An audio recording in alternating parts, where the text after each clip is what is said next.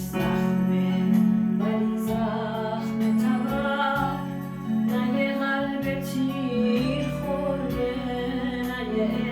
اسم، شاخه هاش پر از پره پرنده هاست، کندوی پاک دخیل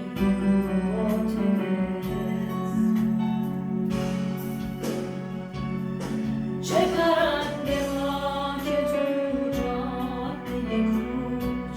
مهمون سفره سبز اون شدن، چه مسافرها که زیر چتر اون به تن خستگیشون تبر زدن. تا یه روز اومدی خستگی با یه خورجین قدیمی قشنگ، با تو نه سبز نه آروی بود نه آب، یه تبر بود با تو با اهرام سنگ. اون درخت سر بلند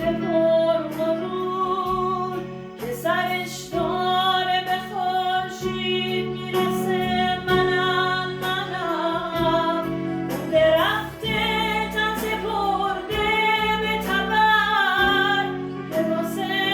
پرنده ها دلواپسه، منم من صدای سبز خاک سربیم، صدایی که خنجرش رو به خود راست، صدایی که توی بهت شب دشت برای نیست ولی